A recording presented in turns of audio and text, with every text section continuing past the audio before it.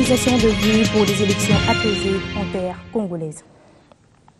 Bienvenue à tous. Direction quartier général de la mission onusienne où la MONUSCO livre sa position quant au prochain dialogue inclusif qui se pointe à l'horizon en RDC. Cette institution des Nations Unies soutient cette démarche qui devra baliser la voie des élections au pays. Faisant d'une pierre deux coups, le général Carlos Dos Santos annonce une stratégie combinée mettant en action les forces onusiennes, la police nationale et la population. Ceci dans l'objectif de poursuivre la traque énergétique des ADF. La MONUSCO apprécie le prochain dialogue inclusif en République démocratique du Congo. La mission onusienne soutient cette rencontre congolo-congolais qui permettra d'harmoniser les vues pour des élections transparentes et crédibles. Au niveau des Nations Unies, nous saluons cette initiative, mais nous considérons que le dialogue national va être un processus crédible, mais aussi inclusif, mais qui doit toutefois respecter les délais constitutionnels, parce que vous savez, à travers ce dialogue national, on s'attend à quoi? On s'attend à ce que les divergences soient aplanies, que les questions d'importance soient posées et que les discussions permettent d'aller vers des élections qui seront transparentes et éviter les violences électorales en période électorale ou les violences post-électorales. Quant aux derniers affrontements à Lubumbashi entre la police et les militants de l'UNAFEC, la mission onusienne déplore l'usage des balles réelles par les agents de l'ordre. La MONUSCO est bel et bien informée de tels incidents qui se sont produits hier à Lubumbashi au siège de l'UNAFEC. Évidemment, comme vous le savez, nous déplorons l'usage des balles réelles qui ont été utilisées au cours pour contrôler cette manifestation-là, cette foule de manifestants plutôt. Et nous demandons tout simplement aux forces de l'ordre de manière très générale de pouvoir contrôler ces mouvements-là sans faire usage de balles réelles, car ceci est potentiellement dangereux. La rencontre de ce mercredi avec la presse était une occasion pour le général Carlos Dos Santos Cruz, qui quitte la mission, de faire un au revoir. Après plus de 2 ans à la tête de la force de la MONUSCO, le général Santos Cruz s'en va en rendant un hommage aux personnes et aux organisations qui ont contribué à l'amélioration des conditions de vie en République démocratique du Congo. L'RDC adopte un nouveau modèle de passeport biométrique avec puce. Ce document beaucoup plus sécurisé, fiable et rapide a été présenté ce mardi au ministère des Affaires étrangères et le premier type a été remis au chef de l'État. Guilain Kabaloudi pour plus de détails. Sécurité, fiabilité et rapidité caractérisent le nouveau système de personnalisation de passeports biométriques avec puce que se dote la République démocratique du Congo.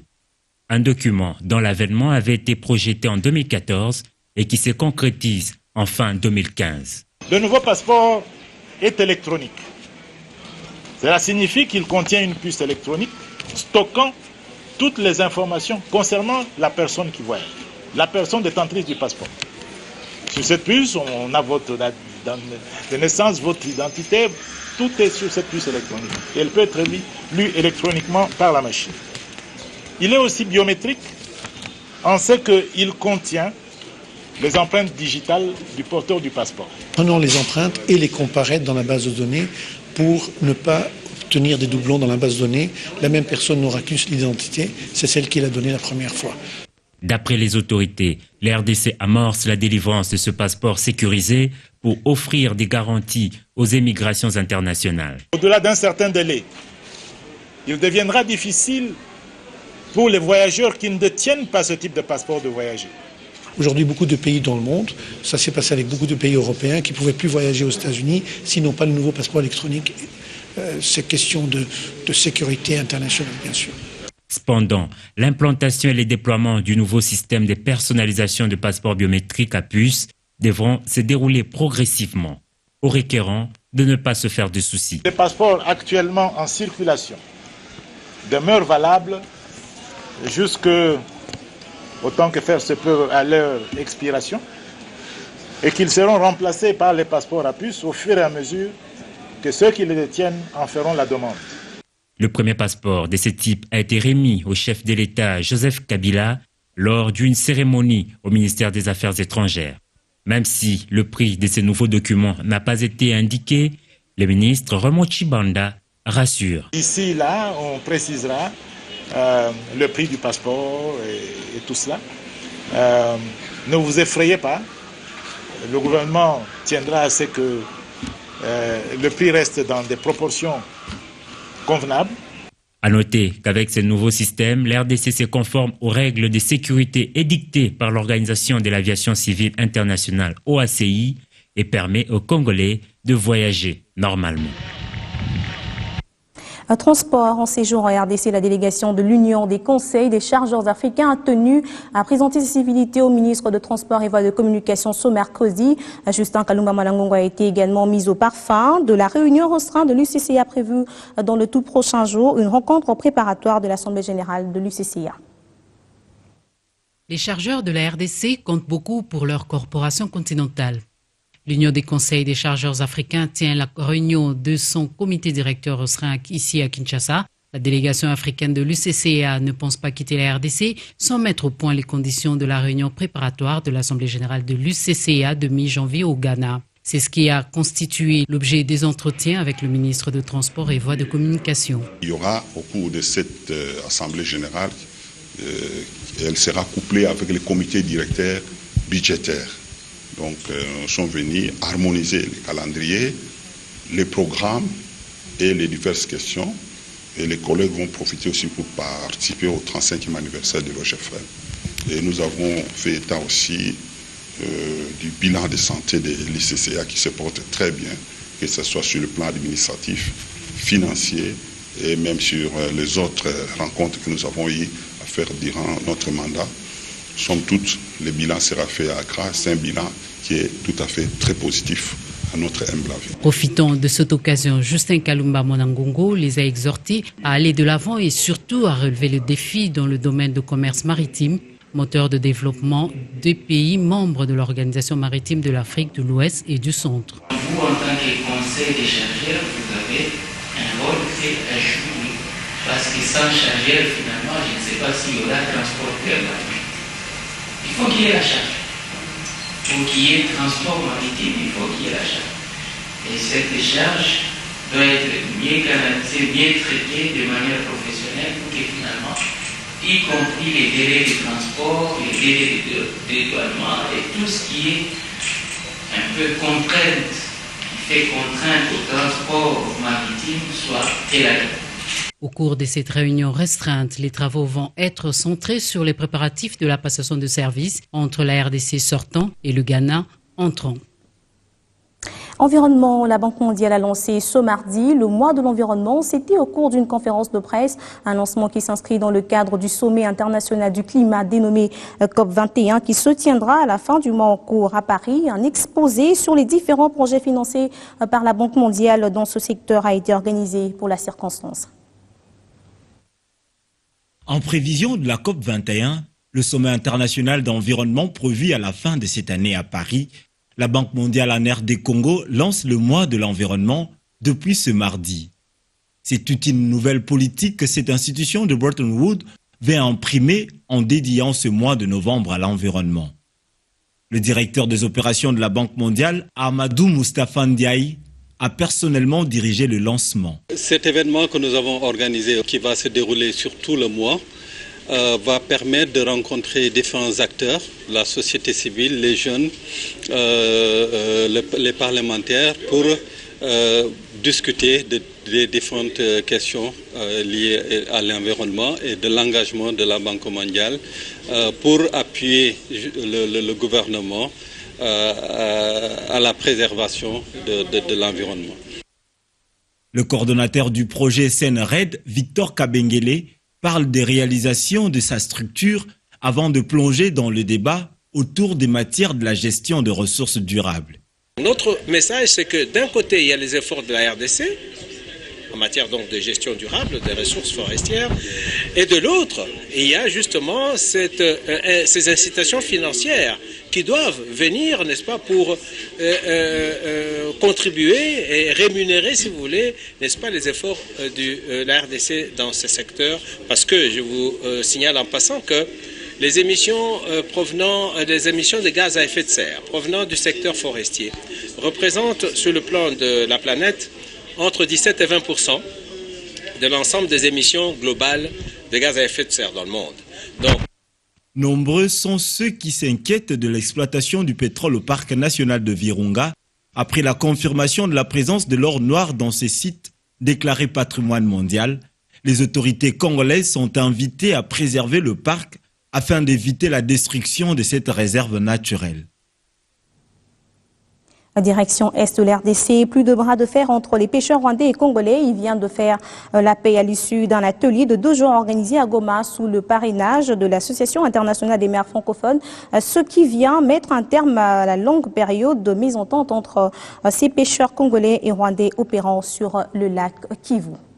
Le sport, les Léopards de l'RDC jouent leur premier match comptant pour la manche allée des éliminatoires Coupe du Monde Russie 2018 de demain à Bujumbura contre les Hirondais de Burundi au stade Prince-Louis Rwagasore. L'équipe du Congo démocratique affiche complet malgré les légères blessures de certains joueurs tels que Mbokani. L'équipe congolaise s'est envolée cet avant-midi.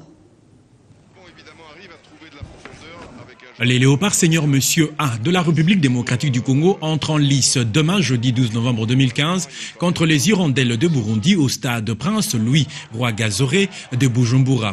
Match comptant pour les éliminatoires de la Coupe du Monde Russie 2018. La majeure partie des professionnels a répondu à la convocation du sélectionneur national Jean-Florent Ibenge, tels que Mandanda, Mongungu, Molumbu, Kebano, Mbokani, Bolassier, Bokila et autres, y compris ceux évoluant au pays appelés communément les joueurs locaux, pour un effectif de 23 joueurs sur 26 attendus. Jean-Florent Ibenge rassure et confirme, tout se passe très bien, malgré les petites blessures avec Mbokani, Bakambu et Zakwani qui sont tout de même disponibles pour le rendez-vous de Bujumbura. 3 jours après, soit le dimanche 15 novembre 2015, les Léopards reçoivent les Hirondelles ici à Kinshasa, au stade des Martyrs de la Pentecôte. L'équipe victorieuse se qualifiera pour la phase de groupe des dites éliminatoires mondiales Russie 2018. Toujours en sport, le Football Club Renaissance du Congo reprend la tête du championnat de l'entente provinciale de football de Kinshasa après sa nette victoire sur le Football Club Tornado par 2-0. Le doublé est l'œuvre de Manga Dianzenza à la 74e minute et 38e minute. Un peu plus tôt, Rangers a dominé Jack Héritage par 3-2. C'était dans le cadre de la 9e journée de l'entente provinciale de football de Kinshasa. On va se quitter par cette triste nouvelle. Le corps d'Esther Abedi, journaliste et directrice générale d'Africa TV, est exposé à l'espace Beauvant, derrière le Palais du Peuple. L'inhumation interviendra ce jeudi à la nécropole entre terre et ciel. Pour rappel, Esther Abedi, née Maloubengi, Sabou a tiré sa révérence samedi 7 novembre au centre médical Akram. Journaliste talentueuse et directrice générale d'Africa TV, elle faisait la fierté de la presse congolaise.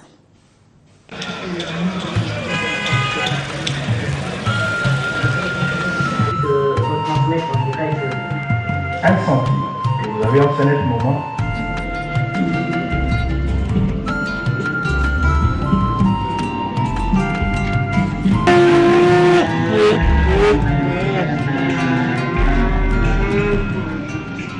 Personnalités politiques et scientifiques, femmes de toute catégorie. Tous ont tenu à rendre un dernier hommage digne à celle qui a su marquer son temps par sa belle plume et sa voix.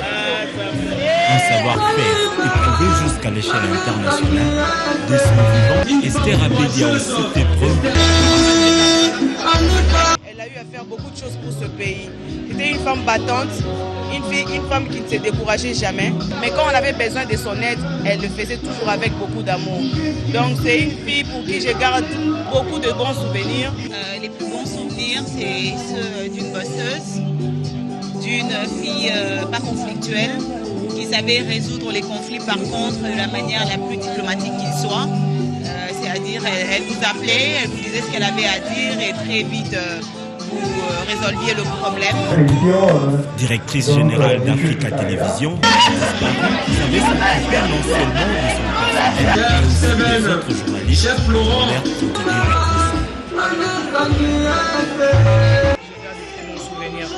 Il été une conseillère.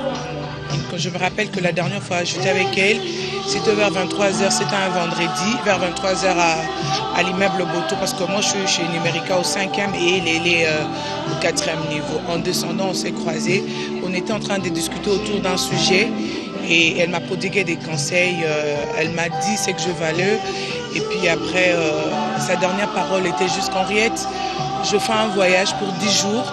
En mon retour, comme ça, je vais te chercher pour qu'on parle. Esther a beaucoup contribué pour ma formation.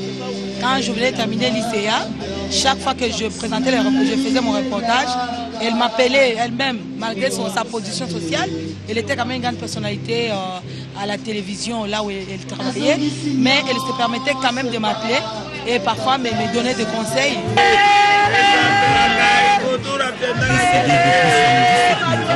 C'est ce jeudi 12 novembre qu'elle sera mise en terre au métropole entre RFI.